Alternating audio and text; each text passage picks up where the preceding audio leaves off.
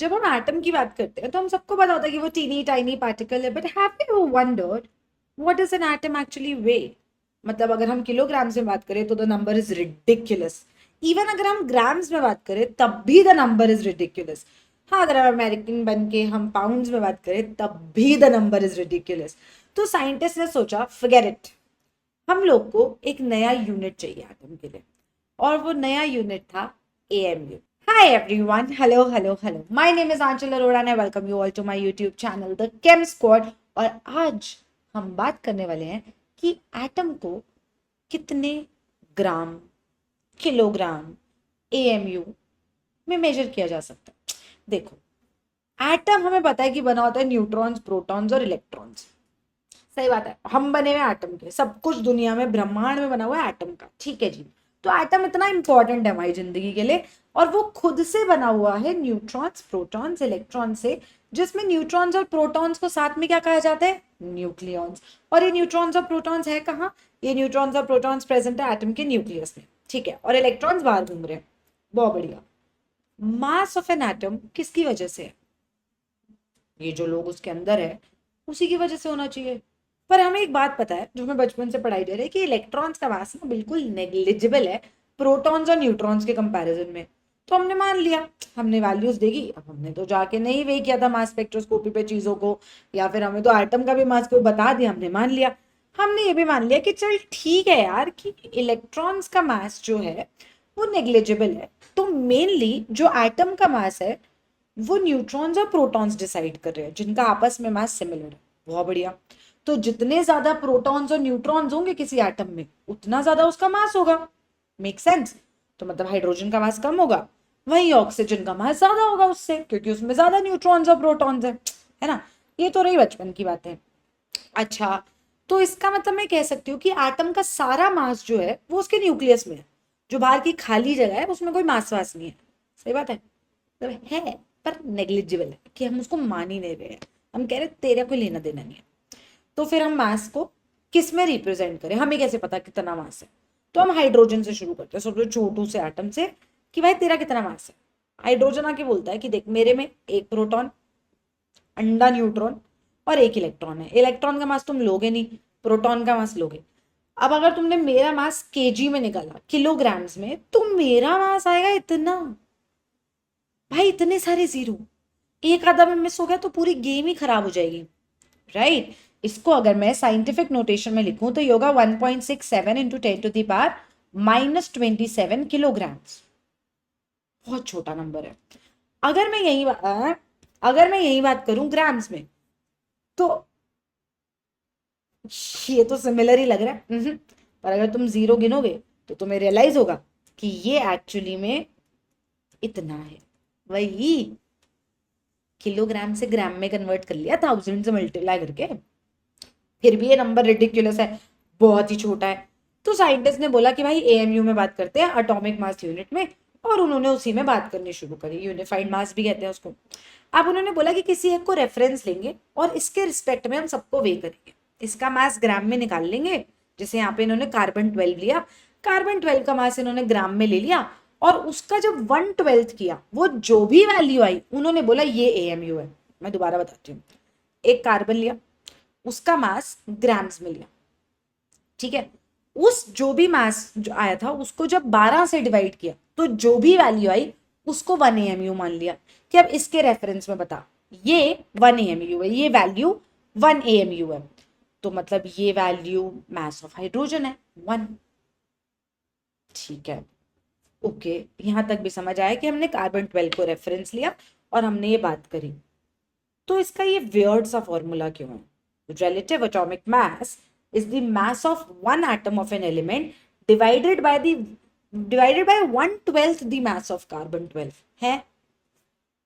आएंगे, टेंशन नहीं। एक एलिमेंट का मास, एक एलिमेंट के एक एटम का मास लिया, किसके रिस्पेक्ट में? ये याद रखो, कार्बन 12 के। तो साइंटिस्ट बैठे, उन्होंने बोला कार्बन को उठाओ, इसके एक एटम का मास निकालो, उसको 12 से डिवाइड करो, वो जो भी वैल्यू आएगी वो हमारा 1 AMU रिप्रेजेंट करेगा। वो यूनिट एक AMU यूनिट को रिप्रेजेंट करेगा। अब उसकी वैल्यू कैसे निकाली जाए? मास स्पेक्ट्रोस्कोपी खेला वेला, वैल्यू निकाल ली। अब उन्होंने बोला कि एक्चुअली जो हम कहना चाह रहे हैं ना वो बहुत सरल है, तुम लोग कंफ्यूज हो रहे हो। हम लोग कह रहे हैं कि तुम दुनिया का कोई एटम उठाओ, उसमें जितने भी न्यूक्लियॉन्स हैं, मतलब जितने भी प्रोटॉन्स और न्यूट्रॉन्स हैं, उनका नंबर लो और उस वैल्यू को मल्टीप्लाई कर दो 1 AMU से, तो वो तुम्हें मास दे देगा। Pretty simple. अब लोगों को वो 10 की पावर -24, 10 की पावर -27 में खेलना ही नहीं पड़ा। लोगों ने बोला जिंदगी थोड़ी सी आसान लग रही है कि अब जैसे मुझे ऑक्सीजन का मास चाहिए, तो मुझे ये पता है कि यार ऑक्सीजन के ना न्यूक्लियस में कितने प्रोटॉन्स, 8 प्रोटॉन्स, 8 न्यूट्रॉन्स होते हैं, तो 16 न्यूक्लियॉन्स हो गए। तो 16 इंटू 1 AMU मतलब 16 AMU is the atomic mass of oxygen. Easy, very easy. Carbon 12 AMU, hydrogen 1 AMU, helium 2 AMU, ऐसे वो निकालते रहे। और ये वैल्यू उन्होंने AMU कितने ग्राम्स के बराबर है वो निकाला। कैसे कैसे कैसे? Mass of carbon in grams divided by क्या, 12। ये वैल्यू जो थी ये 1.67 इंटू 10⁻⁻24 ग्राम्स आई। सही दिख रहा है ना तुम लोग को सब कुछ? देखा नहीं दिख रहा?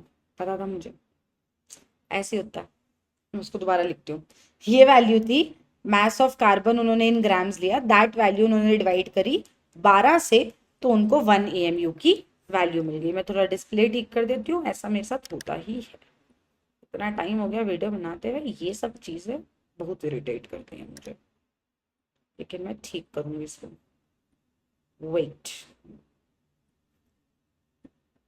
रुकावट के लिए खेद है, बट जरूरी थी रुकावट, समझनी थी चीजें। ठीक है, तो ये वाली बात हो गई। तो अब लोगों ने इजी कर ली अपनी लाइफ, साइंटिस्ट ने। उन्होंने बोला अच्छा एक बात बता, तुझसे अब कोई भी पूछे नाइट्रोजन का मास क्या है, तू नाइट्रोजन को पीरियोडिक टेबल में देख, तेरे को उसका एटॉमिक नंबर मिलेगा, तेरे को उसका मास नंबर मिलेगा। जो तुझे नंबर ऑफ प्रोटॉन्स और न्यूट्रॉन्स दे देगा, तेरे पास नंबर ऑफ न्यूक्लियॉन्स आ गए, उसको AMU से मल्टीप्लाई कर, तेरे पास मास आ गया। पर एक बंदे ने बोला एक सेकेंड एक सेकेंड एक सेकेंड, ठीक है ऑक्सीजन का मास 16 AMU है, पर अगर कोई मुझसे ये मास ग्राम्स में पूछ ले तो उन्होंने बोला यार अभी तो बताया यार कि एक AMU इक्वल होता है 1.67 इंटू 10⁻⁻27 24 ग्राम्स के, 27 kg में दिक्कत। तो 16 AMU हो जाएगा 16 इंटू 1.67 इंटू 10⁻⁻24 ग्राम्स। तो तू ग्राम्स में बता तो सकता, पर तू उसमें खेले क्यों? तू खेल AMU में, तेरे से कोई ग्राम्स में पूछ ले तो तू बता दियो, तेरे को हमने कन्वर्जन दे दिया, इजी। ठीक है, तो अब हम इसके अकॉर्डिंग कोशिश करते हैं hydrogen, helium, lithium, beryllium, boron, carbon तक निकालने के लिए, और हम समझते हैं कि जो भी उसने बोला वो हमें समझ आया कि नहीं आया। इंपॉर्टेंट है ना, बेसिक समझ आएंगे तभी तो इंपॉर्टेंट मोल कॉन्सेप्ट पे जा पाएंगे। बेसिक्स ही हिले होंगे तो फिर मोल कॉन्सेप्ट में तो तुम रट्टा ही मारोगे। तो रट्टा नहीं मारना है, रट्टा नहीं मारना है तो समझ लो, समझना जरूरी होता है हर चीज को। ठीक है, शुरू करते हैं। तो मैं कह रही थी नंबर ऑफ न्यूक्लियॉन्स क्या होते हैं, number of protons plus number of neutrons, right, वो होता है नंबर ऑफ न्यूक्लियॉन्स के। हाइड्रोजन की बात करते हैं। हाइड्रोजन में नंबर ऑफ न्यूट्रॉन्स कितने होते हैं? हाइड्रोजन में नंबर ऑफ न्यूट्रॉन्स होता है अंडा। कैसे पता चला मुझे? ओए होए, वहां से शुरू करें क्या? कर देते हैं। हाइड्रोजन की बात करेंगे तो इसका एटॉमिक नंबर होता है 1, इसका मास नंबर होता है 1। एटॉमिक नंबर क्या बताता है? एटॉमिक नंबर क्या बताता है तुम लोग को? एटॉमिक नंबर बताता है number of protons. Number of protons आ गए तुम्हारे पास, नंबर ऑफ प्रोटॉन्स आ गए 1, और मास नंबर होता है number of protons plus number of neutrons. अगर ये वैल्यू 1 है plus whatever is equal to 1, तो ये whatever has to be 0, तो नंबर ऑफ न्यूट्रॉन्स आ गए 0, तो टोटल नंबर ऑफ न्यूक्लियॉन्स आ गए 1, which is equal to nothing but the mass number of protons plus number of neutrons. तो mass कितना हो जाएगा? 1 into 1 AMU which is 1 AMU। Easy. Periodic table खोलो। Helium atomic number 2, mass number 4। Atomic number 2 का मतलब है 2 protons, है ना। मास नंबर 4 का मतलब है 4 is equal to number of neutrons plus number of protons. Number of protons हमने अभी डिस्कस करा है 2 है, तो इसका नंबर ऑफ न्यूट्रॉन्स आ जाएंगे 2, नंबर ऑफ न्यूक्लियॉन्स है 4, मास नंबर चाहिए होता है, तो अब मैं अगले से मास नंबर की बात करूंगी। ठीक है, ये 4 हो जाएगा तो 4 AMU इसका मास आ जाएगा। लिथियम की बात करेंगे तो लिथियम की बात करें तो एटॉमिक नंबर 3, मास नंबर 7, तो इसके मास नंबर 7 का मतलब है 7 AMU आ जाएगा। ऐसे ही अगर मैं कार्बन की बात करूं तो 12 न्यूक्लियॉन्स 12 AMU, उसका एटॉमिक मास आ जाएगा। एटॉमिक मास मतलब एक एटम का मास। यहां तक हम पहुंच गए। तो बेसिकली हमें ये समझ आ गया कि the mass of an atom is equal to the number of nucleons times 1 AMU, माने it is equal to the mass number times 1 AMU। और मास नंबर तो पीरियोडिक टेबल में साक्षात दिया हुआ, पता नहीं तुम्हें रट्टा क्यों मरवाते हैं बचपन से, पर मरवाते हैं बिकॉज हमारे एजुकेशन सिस्टम में ऐसे ही पीरियोडिक टेबल याद करो, जरूरी नहीं है पर कर लो। तो अब तुम्हें कुछ एलिमेंट्स याद करने होते हैं, उनका मास नंबर तुम्हें पता होता है, तो जो मास नंबर होता है वही उसका एटॉमिक मास भी देता है। तो फिर फर्क क्या है? मास नंबर और एटॉमिक मास में फर्क क्या हुआ कि मास नंबर एक नंबर है, वो मुझे बताता है कि उस एटम के न्यूक्लियस में कितने न्यूट्रॉन्स और कितने प्रोटॉन्स हैं। फिर जो मास है उसका एक यूनिट है मास वाला AMU, जो मुझे ये बताता है कि भाई इसका कितना भार है। समझ रहे हो मेरी बात? तो अगर तुमसे कोई डिफरेंस पूछे, so when you are doing in a multiple choice question, so you have to be very careful कि मेरे को जो पूछ रहा है वो मास नंबर तो नहीं लिखा, वो एटॉमिक मास ही लिखा है ना, या कहीं एटॉमिक मास की जगह मास नंबर लिखा हो या वाइसा वर्सा, तो वो कंफ्यूजन नहीं होनी चाहिए। You should know they are two separate entities but they are very uniquely connected also. दो अलग बातें हैं, मास नंबर अलग चीज है, एटॉमिक मास अलग चीज है।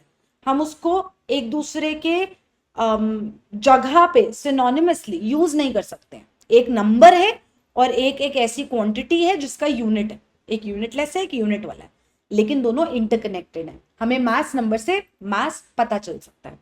इंपॉर्टेंट बात है, दिमाग में भर लो। आगे चलते हैं। Okay, mass of oxygen 16 AMU, mass of nitrogen 14 AMU। अब सोचो, मास ऑफ हाइड्रोजन दिया हुआ है 1.008 AMU, मास ऑफ कार्बन है 12.011 AMU। क्यों भाई?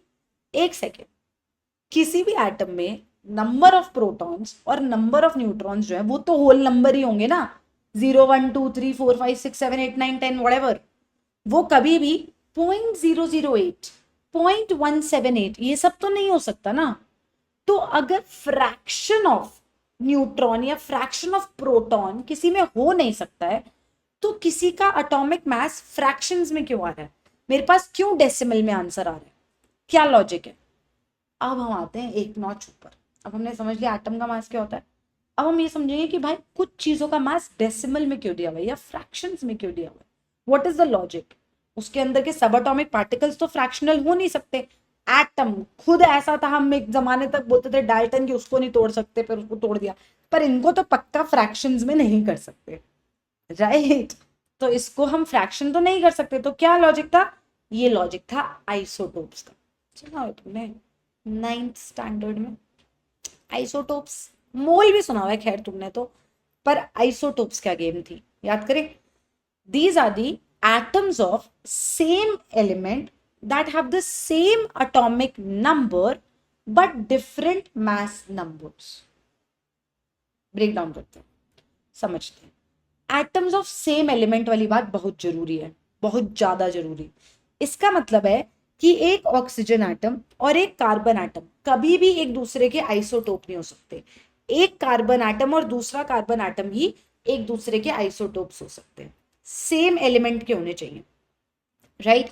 दूसरा पॉइंट कहता है कि भाई इनका सेम एटॉमिक नंबर होना चाहिए। एटॉमिक नंबर जो चरणों में लिखा होता है, चरणों में है ना। एटॉमिक नंबर मुझे क्या बताता है कि उसमें नंबर ऑफ प्रोटॉन्स कितने हैं। मुझे ये पता चल जाएगा कि उस एटम में कितने प्रोटॉन्स हैं एंड ऑल्सो कितने इलेक्ट्रॉन्स हैं, अगर वो एक न्यूट्रल एटम है। वरना नंबर ऑफ प्रोटॉन्स तो मुझे पक्का पता है, ठीक है जी। But different mass number, atomic number same पर मैस नंबर्स अलग, तो क्या अलग होगा? सोचो, मैस नंबर कौन कौन बनाता है? न्यूट्रॉन और प्रोटॉन। सही बात बोल रही हूँ ना, है ना?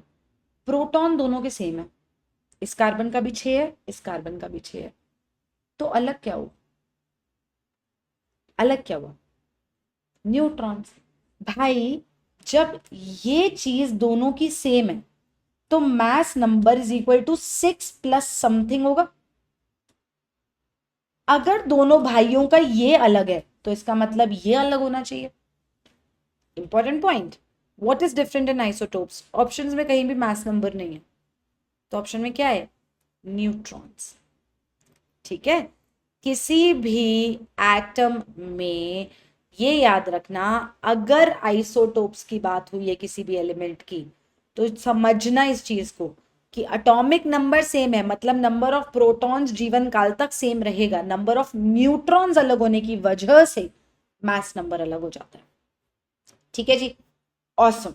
तो इसका मतलब दो कार्बन है, सेम एलिमेंट के दो एटम्स हैं, एक ये कार्बन एटम एक ये कार्बन एटम, दोनों ही सेम एलिमेंट के हैं।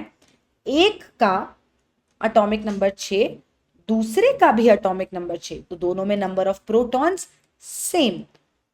इसका मास नंबर 12, इसका मास नंबर 13, तो अलग क्या हुआ? अलग हुए नंबर ऑफ न्यूट्रॉन्स। इसमें भी 6 प्रोटॉन्स 6 प्रोटॉन्स, 6 न्यूट्रॉन्स 7 न्यूट्रॉन्स। ठीक है, अब सोचो टोटल नंबर ऑफ न्यूक्लियॉन्स क्या होता है, या mass number, number of protons plus neutrons. अब इन दोनों का मास नंबर अलग है, तो इन दोनों के मासेस अलग होंगे। इसका मास होगा 12 AMU, इस एटम का मास होगा 13 AMU। तो इसका मतलब आइसोटोप्स ऐसे लोग हैं, एक ही एलिमेंट के ऐसे एटम्स हैं जिनके मासेस अलग अलग हैं, क्योंकि उनमें नंबर ऑफ न्यूट्रॉन्स अलग है, और न्यूट्रॉन्स का लेना देना है मास से। समझे? ठीक है, तो अब हम क्या बोलेंगे? What are isotopes? They are the atoms of dash elements. Same element या different element? Same element. So they are the atoms of same element having same number of protons or different number of protons? Same number of protons, but same number of neutrons or different number of neutrons? Different number of neutrons. Different number of neutrons. यहां तक बात चमकी? एक बार review कर ले हमने क्या सोचा अभी तक, ताकि हम आगे जाएं तो हम प्रिपेयर्ड जाएं। ठीक है, एक बार फिर से बात करते हैं। हमने यहाँ पर कहानी शुरू करी एटम से। हमें ये पता है कि एटम के अंदर होते हैं सब atomic particles, electrons protons neutrons, जिनमें से न्यूट्रॉन और प्रोटॉन न्यूक्लियस के अंदर होते हैं और इलेक्ट्रॉन बाहर होते हैं। ठीक है, मास में कौन कंट्रीब्यूट करता है? न्यूट्रॉन्स और प्रोटॉन्स कंट्रीब्यूट करते हैं। बहुत बढ़िया, इलेक्ट्रॉन्स का मास नेग्लिजिबल होता है। ऑसम। तो जिस एटम में ज्यादा नंबर ऑफ न्यूट्रॉन्स और प्रोटॉन्स होंगे उसका मास ज्यादा होगा। एटम बहुत छोटी चीज है, आंखों से दिखता भी नहीं है, हम सब एटम के बने हैं, लेकिन एटम का मास कैसे निकाला जाता है? एक अलग यूनिट से, जिसका नाम है एटॉमिक मास यूनिट, जो रिलेटिव टू कार्बन 12 हमने निकाला हुआ है। हमें पता है हर एटम का मास निकालने के लिए हमें एक बहुत सिंपल सी चीज करनी है, जो है उस एटम का मास नंबर लेके उसको मल्टीप्लाई कर देंगे 1 AMU से। तो कार्बन का मास हो जाएगा 12 AMU, ऑक्सीजन का मास हो जाएगा 16 AMU, नाइट्रोजन का 14 AMU, so on and so fourth. Awesome. फिर हमने देखा कि कभी कभी ऐसा होता है कि हमें वो क्वेश्चन में जब वैल्यूज देता है ना मैथ्स की, तो वो अजीब से फ्रैक्शंस और डेसिमल्स में होता है। फॉर एग्जांपल हाइड्रोजन का 1.008 AMU। ऐसा क्यों होता है? क्योंकि वो एलिमेंट जो है वो एक से ज्यादा आइसोटोप में एग्जिस्ट करता है। मतलब उस एलिमेंट के कुछ एटम्स ऐसे होंगे जिनका मास नंबर कुछ होगा, और कुछ एटम्स ऐसे होंगे जिसका मास नंबर कुछ और होगा। और अगर दो एटम्स के मास नंबर अलग हैं तो उनके मासेस अलग हैं। हमें ये बेसिक समझ आ चुका है। तो ऐसे केस में अब हम क्या करते होंगे? ऐसे केसेस में अब हम उनका एवरेज लेते होंगे, मीन लेते होंगे, और हमें समझ आता होगा कि अच्छा इस वजह से कुछ लोगों का हमें सिखाया जाता है कि इनका डेसिमल में। इनफैक्ट मुझे ऐसा लगता है कि जब तुम्हें रट्टा मरवाया जाता है तब तुम्हें हाइड्रोजन का रट्टा तो वन ही मरवाया जाता है कि 1 AMU का मास है। इनफैक्ट कार्बन का भी जब तुम रट्टा मारते हो तो तुम 12 AMU ही मास याद करते हो। पर जब तुम ये रट्टे को बढ़ाते हो और तुम इसको लेके जाते हो क्लोरीन तक, तो 35.5 याद कराया जाता है। क्यों भाई? क्यों डेसिमल?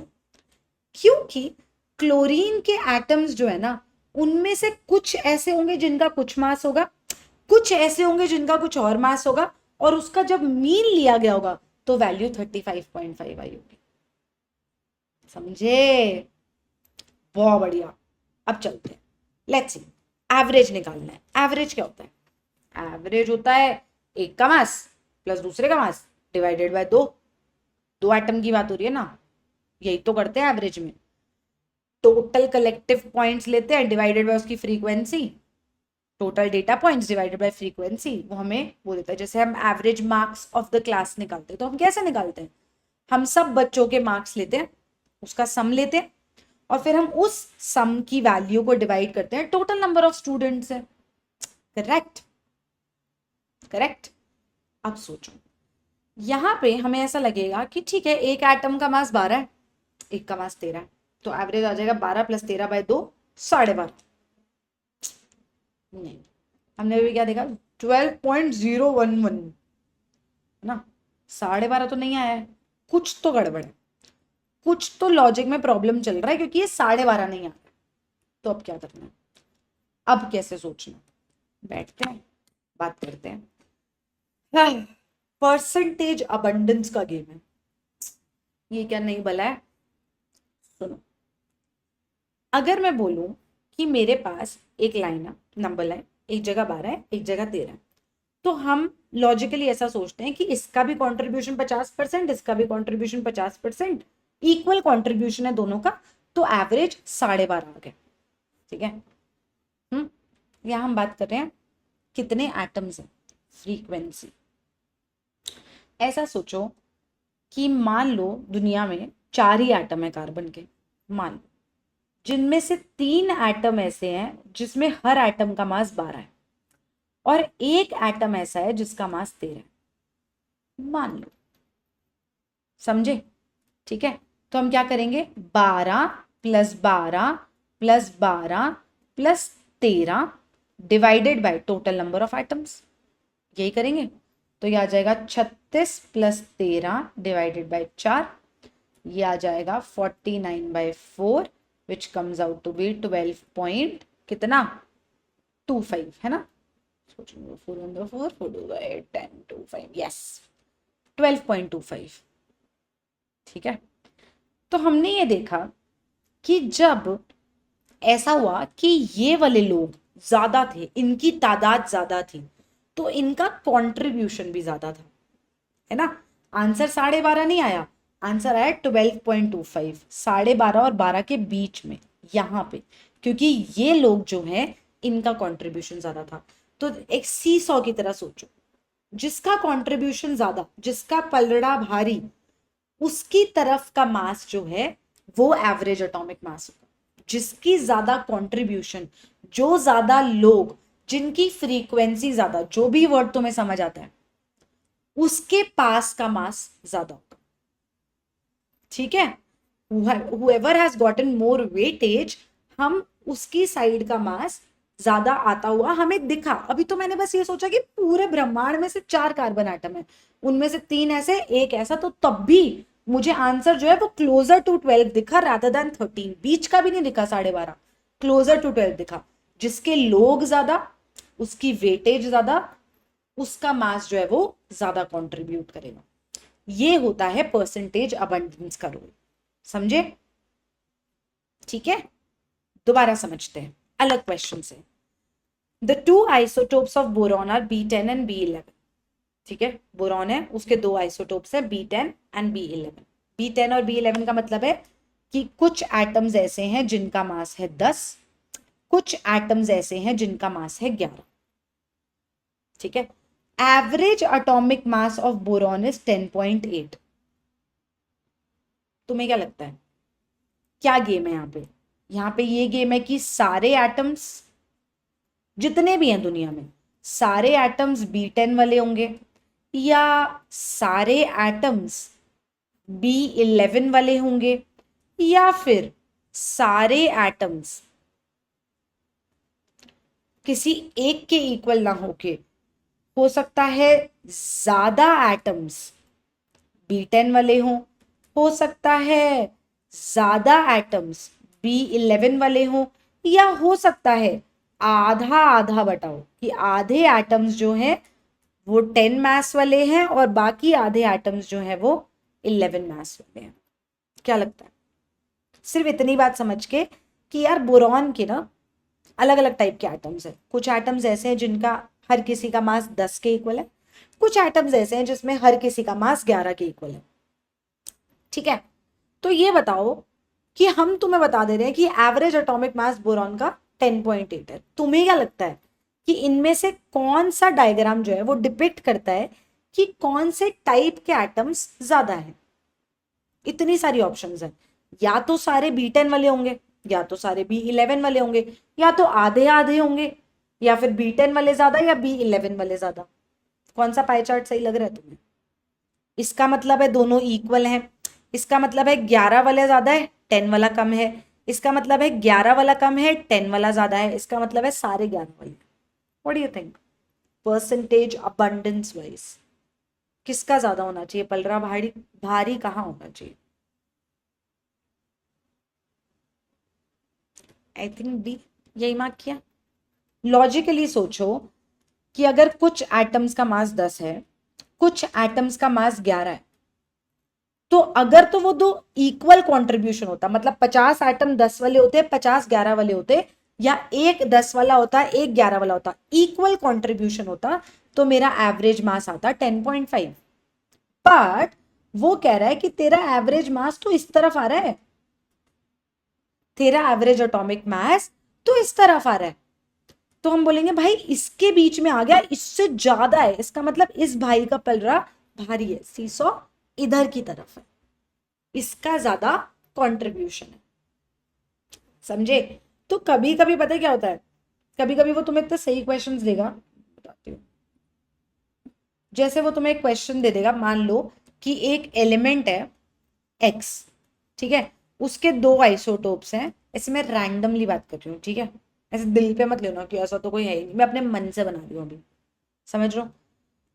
इसकी ये है, इसका मास है मान लो 5, इसका मास है मान लो 6, ठीक है, और वो बोल रहा है कि इसकी परसेंटेज अबंडेंस है 90% और इसकी है 10%। तो एवरेज एटॉमिक मास क्या होगा ऑफ एक्स? आइसोटोप्स है उसके, और मुझे average atomic mass of x बताना है।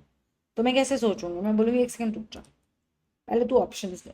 तो उसने बोला ठीक है यार ऑप्शन ले ले। पहला ऑप्शन है 5.5, दूसरा ऑप्शन है 5.95, तीसरा ऑप्शन है 6.01, और चौथा ऑप्शन है तुम्हारा 5 पॉइंट कुछ भी, रैंडम कम वाली बता रही हूँ मैं। टू। मुझे नहीं पता आंसर क्या है, मैंने सॉल्व नहीं किया, ठीक है? ये मत बोलना है तेरी मैथ्स खराब है, मैं मैथ्स लगा ही नहीं रही, मैं लॉजिक लगा रही हूँ, कुछ वो सुन लो। तो यहाँ पे बहुत इंटरेस्टिंग बात है समझना, सिर्फ ऑप्शंस देख के भी ना मेरे को पता है आंसर इसके आसपास है। कैसे? क्योंकि 5 वाले लोगों का पलड़ा भारी है, इस वजह से मुझे पता है कि आंसर 5 और 6 के बीच में नहीं, 5 और 5.5 के बीच में होगा। आंसर कहीं 5 के पास वाला होगा, 6 के पास वाला नहीं होगा। 5.5 तो बिल्कुल नहीं होगा क्योंकि 50-50% अबंडेंस नहीं है। अगर इक्वल कंट्रीब्यूशन होता तो मैं बोलती हाँ ठीक है यार, इक्वल कंट्रीब्यूशन चल रहा है तुम लोग का, तो तेरी बात सही है, लेकिन है ही नहीं ऐसा। 5.95 कतई नहीं हो सकता, क्योंकि वो इधर वाली गेम तब जीतता जब ये वाले लोग ज्यादा होते, पर ये वाले लोग कम है। 6.01, 6 से ज्यादा कैसे कर लोगे भाई? 5 और 6 के बीच की बात करोगे ना, एवरेजेस बीच में निकाले जाते हैं, है ना? तो ये भी नहीं हो सकता, आंसर सिर्फ ये। तो कितनी बार वो बस तुम्हारा लॉजिकल थिंकिंग चेक करता है rather than your quantitative skills. सबको पता है कि इतनी मैथ तुम कर लोगे, लेकिन वो कह रहा है कि मुझे करवानी ही नहीं। तू मुझे ये बात बता कि तेरे को लॉजिक लगाना आता है कि नहीं? अगर तुम्हारे पास एक एलिमेंट एक्स के दो आइसोटोप्स हैं, कुछ लोगों का मास 5 है, कुछ लोगों का मास 6 है, तो अगर तो ये इक्वल नंबर में होते, मेरे दोनों हाथ नहीं दिख रहे, अब दिख रहे हैं?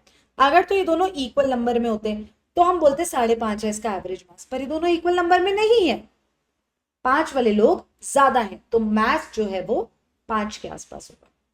अच्छा, क्वेश्चन नंबर 2, क्या कभी ऐसा हो सकता है कि एवरेज वैल्यू जो है वो एग्जैक्ट 5 हो? ऐसे आइसोटोप्स दे और बोले एवरेज वैल्यू एग्जैक्ट 5 है, क्या कभी ऐसा हो सकता है? कब हो सकता है ऐसा?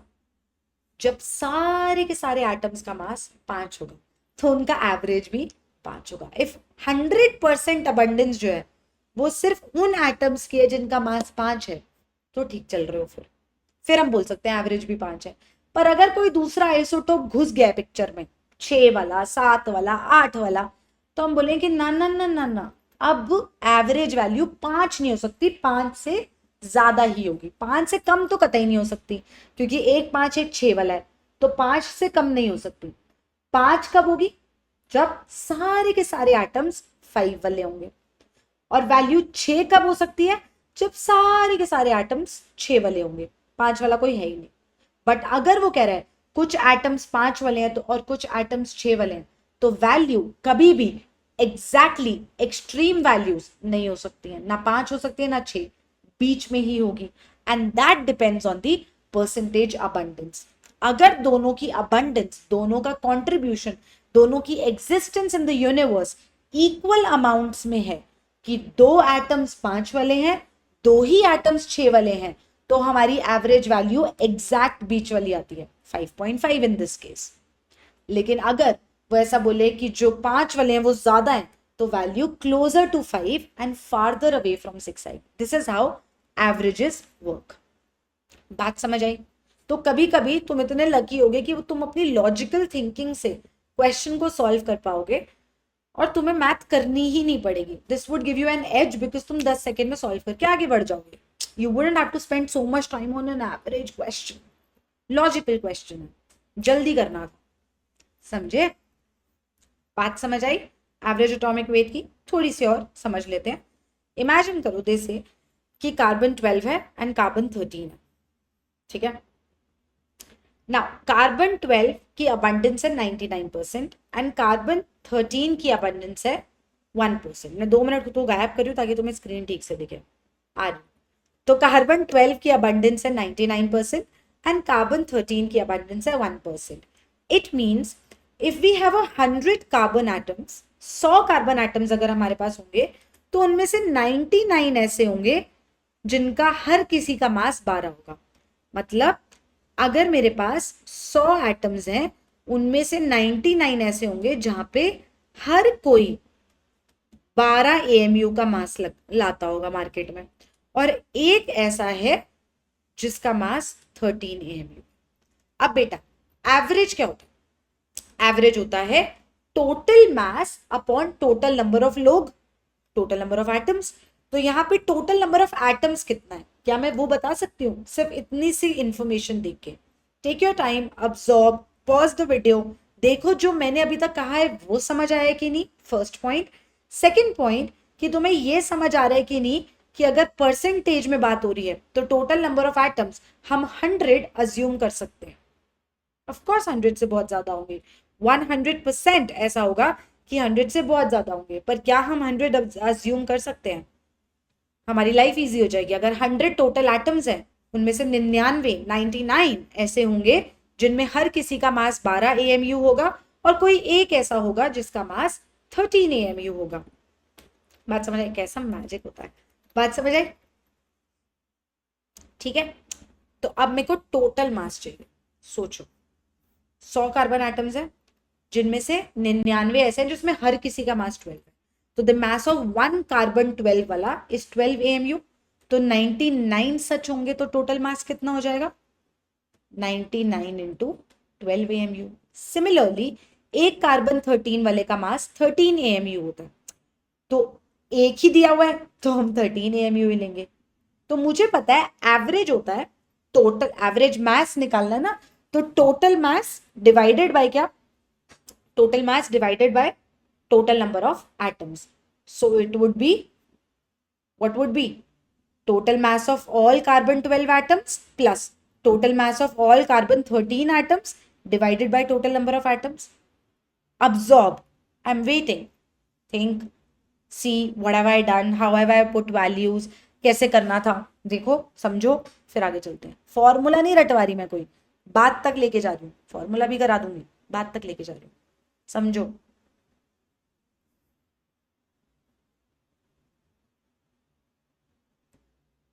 बात समझ आई? ठीक है जी।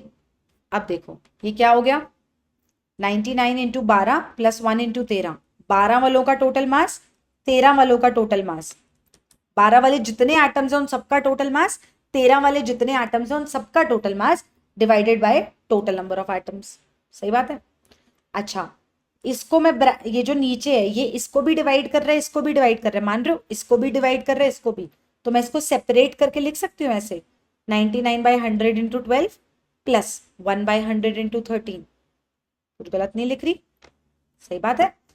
यही से फॉर्मूला आता है, percentage abundance of one isotope 99%, 99/100 times the mass of that isotope 12 plus percentage abundance of second isotope times the mass of that isotope.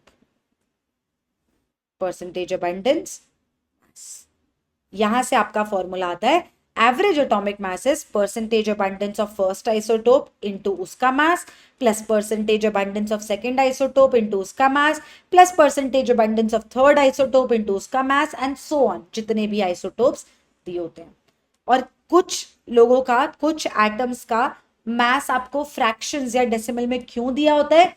क्योंकि उस एलिमेंट के एटम्स जो हैं वो आइसोटोप्स की तरह एग्जिस्ट करते हैं, कुछ का मास कुछ होता है और बाकियों का मास कुछ और होता है। तो ऐसे केसेस में हम एवरेज एटॉमिक मास लेते हैं, जिसका ये फॉर्मूला है। बात मैंने आपको सिखा दी है कि अगर आपको फॉर्मूला नहीं रखना, जो मैं नहीं रखती, तो आपको कैसे करना है, आपको परसेंटेज अबंडेंस देगा, आपको सोचना है कि मतलब 100 एटम्स है मार्केट में, लाइफ इजी हो जाती है। उनमें से जैसे मैंने अभी दिखाया था 99 एटम्स ऐसे हैं जिनमें हर किसी का मास 12 है और एक एटम ऐसा है जिसका मास 13 है। तो मैंने क्या किया था, टोटल मास ऑफ 12 वाले प्लस टोटल मास ऑफ 13 वाले will give me the total mass of the entire pool divided by total number of atoms. मैं फॉर्मूला नहीं याद किया, मुझे परसेंटेज समझते ये समझ आया कि 100 एटम होते हैं मतलब मार्केट में, ऐसे सोच के करना है। मुझे इजी लगता है कि मुझे एक फॉर्मूला कम रटना पड़ रहा है ना। Anyway life is tough, got the point. And always remember, since इसके भी लोग हैं इसके भी लोग हैं, तो क्या आंसर एग्जैक्टली 12 आएगा? क्या आंसर एग्जैक्टली 13 आएगा? नहीं, आंसर आएगा इनके बीच में।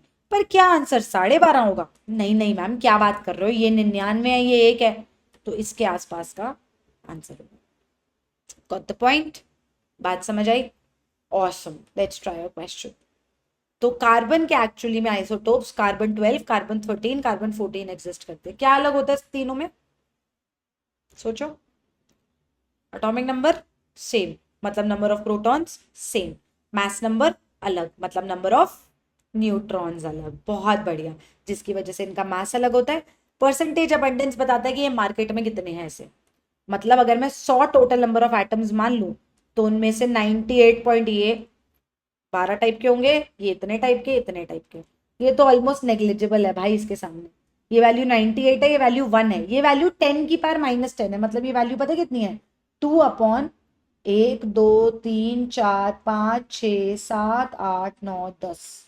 पक, इसको थोड़ी देंगे, इसको हम बोलेंगे तुम नेग्लिजिबल हो, तुम मार्केट सेट हो। आंसर बिटवीन 12 एंड 13 आएगा और आंसर क्लोजर टू क्या आएगा, 12, है ना। तो 12.011 इसीलिए आता है। तो एवरेज एटॉमिक मास कैसे निकालेंगे, अगर टोटल नंबर ऑफ एटम्स 100 हैं तो उनमें से 98.8992 इंटू 12 प्लस 1.108 इंटू, अरे भैया 13 लिख रही हूँ मैं, प्लस हट जाए यहाँ से, नेग्लिजिबल। तो आंसर जो है वो हमारा आएगा 12.011 के आसपास। बात समझ आई? सॉल्व नहीं कर रही मैं, हो गया है। अगला क्वेश्चन करें। अब उल्टा क्वेश्चन, ध्यान से पढ़ो पहले question, take your time and then we do it together. Pause the video please, try this question yourself. अब ये उल्टा क्वेश्चन है, एवरेज दिया हुआ है, परसेंटेज अबंडेंस निकालनी है। सोचेंगे कैसे करना है, पर पहले पॉज कर दो।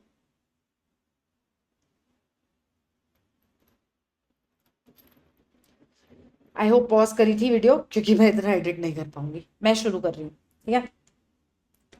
बोरॉन हैज 2 आइसोटोप्स, 10 वाले और 11 वाले, मतलब मार्केट में बोरॉन के जितने एटम्स हैं उनमें से कुछ ऐसे हैं जिनका मास 10 है और कुछ ऐसे हैं जिनका मास 11 है। एवरेज एटॉमिक मास 10.8 है। कुछ ऐसे हैं जिनका मास 10 है, कुछ ऐसे हैं जिनका मास 11 है। एवरेज एटॉमिक मास 10.8 है। तो तुम्हें क्या लगता है किसका पलड़ा भारी है, कौन जीत रहा है, किसके ज्यादा नंबर ऑफ एटम्स होंगे, 11 वाले या 10 वाले? 11 वाले। अगर इक्वल होते तो 10.5 आता, इक्वल नहीं है, ये वाले लोग ज्यादा होंगे, इस वजह से आंसर 10.8 आ रहा है। राइट? मैथ करेंगे कि कितने ज्यादा है वो बात करेंगे, पर अभी हम ये बात सीख रहे हैं कि हमें क्वेश्चन देखते ही समझ आ जा रहा है कि कौन सा ज्यादा होना चाहिए। तो अगर तुमसे what is the abundance of B10 पूछा है और तुम्हें ऑप्शन में दिया हुआ है 80%, 75%, 50% और 20%, would you want to solve the question? No, the answer is 20%। समझे? I did not solve the question, I save that time for some other numerical जो ज्यादा जरूरी हो सकता है। क्योंकि यहां पे मैंने लॉजिक लगाया कि भाई तू भाई साहब 50 से ज्यादा है, तो तू भाई साहब जो है वो 50% से कम होना चाहिए। इक्वल होता तो 10.5 एवरेज आता, एवरेज जो है वो 10.8 है, तो इसका मतलब ये भाई साहब जो है इनको 50% से कम होना ही पड़ेगा। बात समझ आई? ठीक है, ये वाली बात समझ आई? तो ऐसे मार्क कर दिया। अब क्वेश्चन सॉल्व करना सीखते हैं। ठीक है, परसेंटेज अबंडेंस निकालनी है B10 की। ठीक है, मुझे ये पता है कि ये जो वैल्यू है लेस देन 50 आनी चाहिए, तो अगर नहीं आ रही तो मैं कोई गलती कर रही हूं, है ना? सही बात है। शुरू करते हैं कहानी। अगर 100 एटम्स होते तो उनमें से कुछ B10 वाले होते, कुछ B11 वाले होते। सही बात है। मान लो ये वाले X एटम्स हैं, तो ये वाले कितने होते? टोटल नंबर ऑफ एटम्स 100 है, ये हम सबको पता है। परसेंटेज अबंडेंस मार्केट में 100 एटम है, करेक्ट? उनमें से X एटम्स जो मुझे निकालना है वो है 10 वाले। टोटल 100 है, तो ये 11 वाले कितने होंगे? 100 माइनस एक्स। सही बात है। तो अब इनकी वजह से टोटल मास क्या होगा? एक एटम का मास है 10, तो X एटम्स का मास हो जाएगा 10x। एक एटम का मास है 11, तो 100 माइनस x एटम्स का मास हो जाएगा कितना? नंबर ऑफ एटम्स इनटू एक का मास। So the total mass of all the atoms would be equal to इनकी वजह से टोटल मास प्लस इनकी वजह से total mass divided by total number of atoms, और एवरेज दिया कितना हुआ है? 10.8। It's an equation we can solve. Linear equation है, एक वेरिएबल है, एक इक्वेशन है, सॉल्व हो जाएगी। एक्स की वैल्यू 20% ही आएगी। दोबारा समझाऊं कि समझ आ गया? क्या किया मैंने? मुझे परसेंटेज अबंडेंस निकाला, तो जो चीज मुझे नहीं पता वो एक्स, सीधी सी बात।